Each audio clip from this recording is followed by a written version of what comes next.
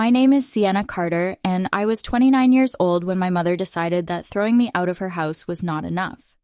She wanted an audience. She wanted music, food, neighbors, relatives, and a banner big enough for the whole street to read.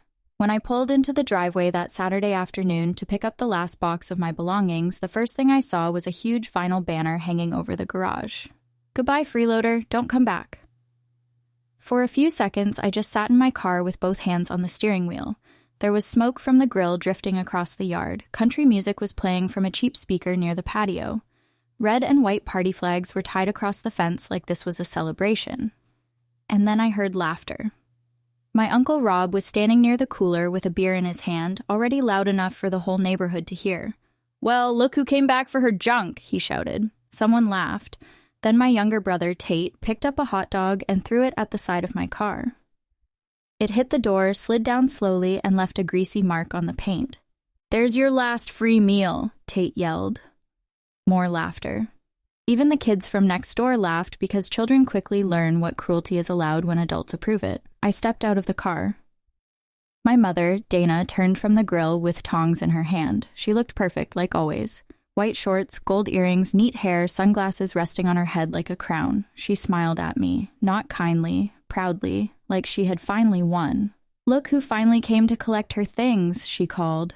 The crowd waited for me to react. They wanted tears. They wanted anger. They wanted a scene they could use later as proof that I had always been the problem. But I gave them nothing. I walked past them and went inside the house.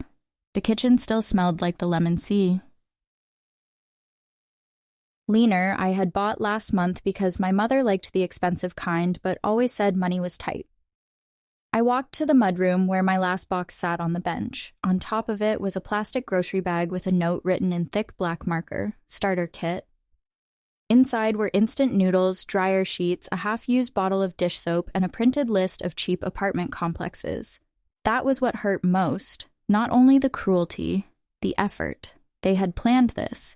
They had staged every little detail of my humiliation. I picked up the box and walked back outside. The crowd became quiet in that hungry way people do when they think the best part of the show is about to begin. Uncle Rob lifted his beer and said my mother had carried me long enough. Then he added that my late father would be ashamed of me. That was the only sentence that cut deep. My father had been gone for 8 years. Rob knew that, and he smiled while saying it. My mother did not stop him. She just stood there holding the tongs, watching. That was the truth of our family. My mother did not always have to be cruel herself. She simply gave everyone else permission to be cruel for her. I put the box in my trunk. Then I took out my phone. I turned toward the garage and took one clear photo. The banner, my mother by the grill, Rob on the patio, Tate near the cooler, the neighbors watching, everyone smiling like they were part of something funny instead of something ugly. My mother's smile disappeared. "What is that for?" she asked. "Your mom? Your pity diary?" I looked straight at her. "No," I said. "For later." Then I got into my car and drove away. They were still laughing when I turned the corner. They thought they had won. They thought they had just written the ending of my humiliation. What they did not know was that they had just watched their safety net drive away. The story my family told everyone was simple. I was almost 30, unmarried, living with my mother and working from a laptop. To them, that meant I had no real career. In their version, I had moved back home because I could not survive on my own. My mother was the generous parent who gave me a roof. I was the lazy daughter who stayed too long. That story worked well at neighborhood cookouts, church lunches, and family gatherings. People love simple stories, but the truth was not simple. 3 years earlier, my mother's event rental company, Carter Celebrations, had started falling apart. From the outside, it looked successful. The trucks had decals, the warehouse had a clean front office. My mother dressed sharply and knew how to talk like a business owner. But behind the scenes, the company was chaos. Inventory was wrong, deposits were missing, vendor bills were late, insurance papers were not tracked. The scheduling system was a mess, a warehouse lease was close to default, a florist was ready to blacklist the company because damaged items had not been paid for. My mother did not admit any of that. She just asked me to look at a few invoices. I worked remotely as an operations and contracts coordinator. I helped small businesses organize vendor records, clean up service agreements, track compliance deadlines, and fix administrative problems before they became expensive. It was real work. Good work, valuable work. But because I did it from a laptop, my family acted like it was nothing. At first, I only helped temporarily. I fixed one overdue account, then one bad contract, then one insurance deadline, then one scheduling problem, then another, and another. Every time I fixed one issue, 2 more appeared. My mother hated admitting she needed me, so she made my work sound small. If I saved a wedding order from collapsing, she said I answered emails. If I built a spreadsheet showing which packages made profit, she said I liked organizing things. If I paid a vendor so an event would not fail, she said, like, families help families. That line came up all the time. Families help families, but somehow it only meant my time, my money, and my peace belonged to them. I paid more than anyone knew. I covered software renewals when the company card declined. I paid a warehouse utility bill to stop a lockout. I covered replacement linens after a client returned damaged items. I advanced fuel money when a truck had to leave at dawn and the business card failed. I sent Tate rent money twice because Mom said cash flow was weird. Nobody paid me back. Nobody even remembered. The more I helped, the less visible I became. My mother would joke that I worked in pajamas, then call me at 11 at night because a wedding planner was threatening to cancel. She would say I was playing Office, then ask me to rewrite her angry emails so she sounded professional. The truth was simple. I was not living off them. In many ways, they were living off me. What changed everything was the moment I realized my mother believed her own lie. She truly believed that giving me a room erased every dollar, every hour, and every emergency I had quietly handled. She believed she had carried me, and once she believed that, humiliating me became easy, so I stopped trying to explain myself. I started documenting everything: bank statements, screenshots, texts, old emails, account histories, every software charge I paid, every utility balance I covered, every fuel transfer, every vendor deposit, every emergency my mother called one small thing. Then I tracked my unpaid labor, hours spent fixing contracts, hours spent correcting client communication, hours spent resolving double bookings, hours spent repairing inventory records, hours spent saving my mother's company fro, and problems she refused to face. I kept the numbers conservative. I did not exaggerate. I wanted the truth to be clean. When I finished, the total made me stare at the screen. Business support alone had crossed $94,000. Direct family support pushed it past $107,000. And that did not even count the full value of unpaid labor. The woman they called a freeloader had been the unpaid backbone of the house and business. Around that same time, one of my regular clients in North Carolina offered me a bigger contract. It was steady enough for me to move, so I signed it. I found a small apartment outside Charlotte, clean, quiet, with a balcony just big enough for a chair and a plant. Then I started moving out in small batches so nobody noticed. Winter coats, files, office equipment, books, personal items. By the time my mother announced that I had to leave by Saturday, most of what mattered was already gone. She chose a Wednesday morning. She walked into the kitchen with coffee in one hand and that calm, proud expression she wore when she wanted to sound reasonable. "Sienna," she said, "I think it's time you moved out." She talked about boundaries, growth, responsibility, how no respectable adult should still live at home. Then she said she loved me too much to keep enabling me. I almost laughed. It takes talent to turn cruelty into sacrifice. I let her finish. Then I asked one question. "Do you want me gone, or do you want a show when I leave?" The little smile on her face told me everything. "Maybe both," she said. That was when the last of my guilt disappeared. She did not want peace. She wanted a spectacle. She wanted people to clap while she turned me into a warning story. So I nodded and said, "Fine."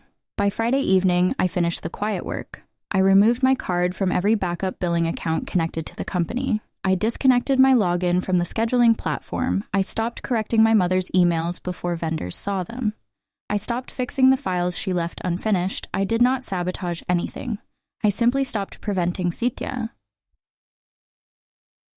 On sequences, that distinction mattered. People like my family call it revenge when unpaid labor disappears. Saturday, I came back for the last box. I did not know there would be a barbecue. I did not know there would be a banner. But when I saw it, I understood. My mother thought she was documenting my failure. She did not realize I had already documented hers. For the first 3 days after I left, nobody called. They thought I was ashamed. They thought I would cry, struggle, and eventually beg to come back. That is how entitlement works. It mistakes silence for surrender. Then the first problem hit. A venue warned that Carter Celebration's insurance file had expired. Upcoming deliveries could be suspended until it was corrected. I knew because those alerts still routed through an account I used to manage. I did nothing. Tuesday, the scheduling software went dark because the backup card had been removed and the main card declined. Without that software, they had to manage delivery dates, returns, inventory notes, and set up windows through old texts and paper scraps. Rob called twice. No voicemail. Tate texted, "Mom says stop acting crazy and log in." I almost smiled. He was already panicking. Wednesday morning, my mother called at 7:08. Her voice was soft enough to fool a stranger. "Honey, call me back. There's some confusion with the warehouse account and the insurance file. I think your card might still be attached somewhere." Confusion. Not thank you, not sorry, not I understand what you did for us. Just confusion. By Thursday, Rob left a voicemail saying he had not meant what he said at the barbecue. Then he asked if I could spot the company enough money to get through the weekend. That was not an apology, that was a request. By Friday, Tate called with his pride gone. He needed rent money. Mom could not help. Business was weird. I asked him if he knew why. He stayed quiet, so I sent him one cropped screenshot, his rent twice, warehouse, electric, fuel payments. Vendor software, one linen replacement order. Underneath, I wrote, "Since everyone is suddenly interested in contribution." Hours later, he replied, "What is this?" I answered, "A sample." The next morning, my mother called 6 times before lunch. By the 6th voicemail, she was begging, "If this is some kind of lesson, fine, lesson learned, call me." That was when I printed the full packet, 34 pages, dated, organized, indexed, a timeline going back more than 2 years, business payments, family transfers, unpaid labor estimates, screenshots of requests, emergency saves, vendor deposits, utility bills. At the end, I placed one photo, the banner over the garage, the smoke from the grill, my mother smiling, Rob holding his beer, Tate laughing, the proof of what they thought was funny.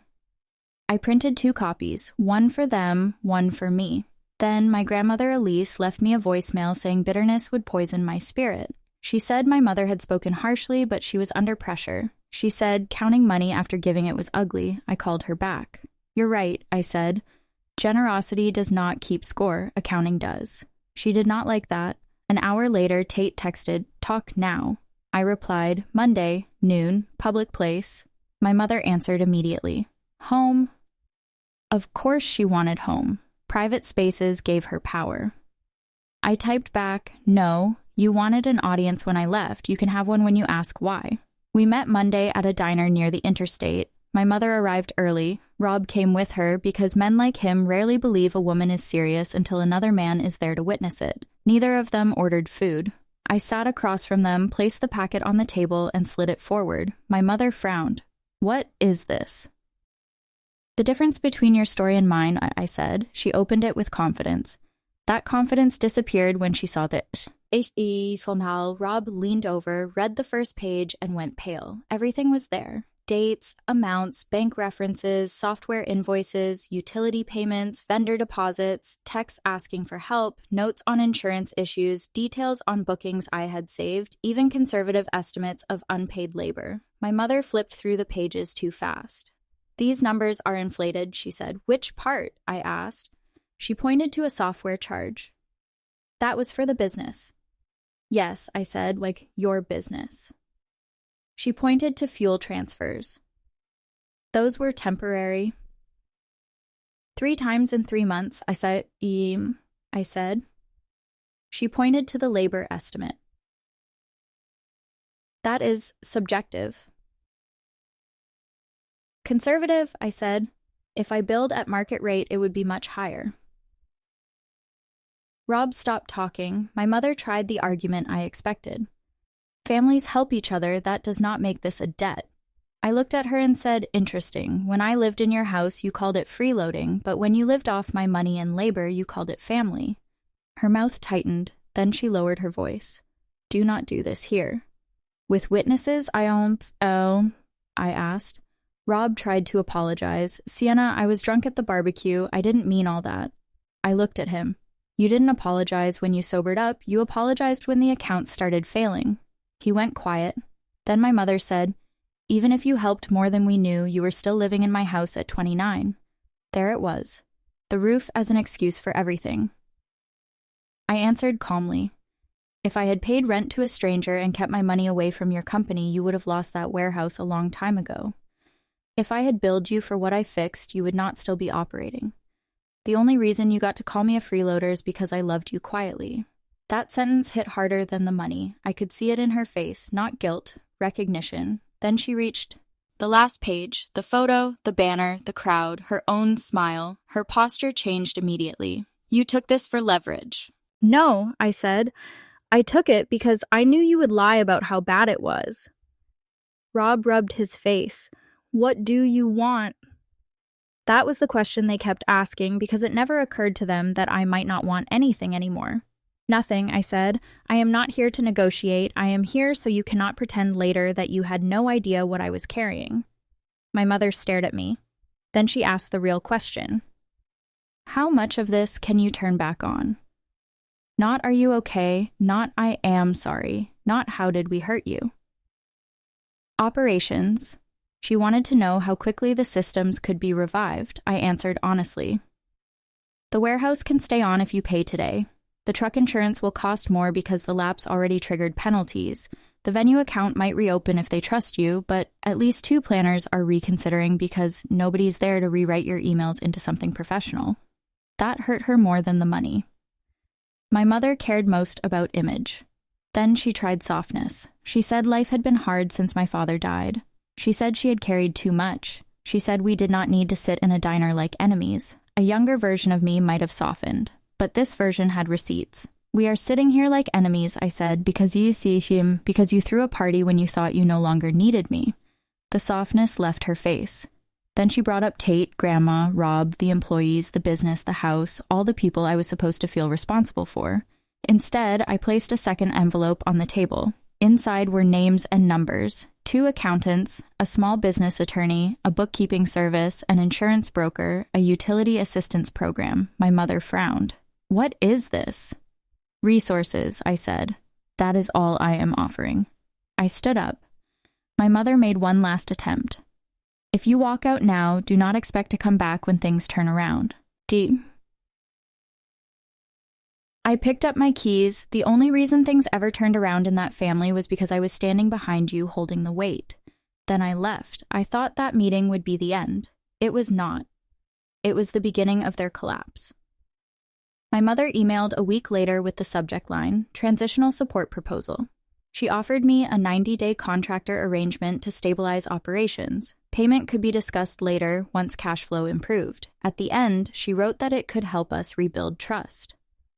I laughed when I read that, rebuild trust, as if I had been the one who hung a banner over the garage. I replied, I am not returning. I am not providing unpaid or deferred labor. Do not contact me for business support again. Future communication must be respectful and personal only. 12 minutes later, she wrote, so you will just watch your mother lose everything. That sentence almost worked. Children like me are trained to believe a parent's collapse is our emergency. For a moment, I wanted to explain, to soften, to offer one last fix. Then I remembered the banner, the hot dog on my car. Rob using my father's memory to hurt me, Tate laughing, my mother watching with satisfaction.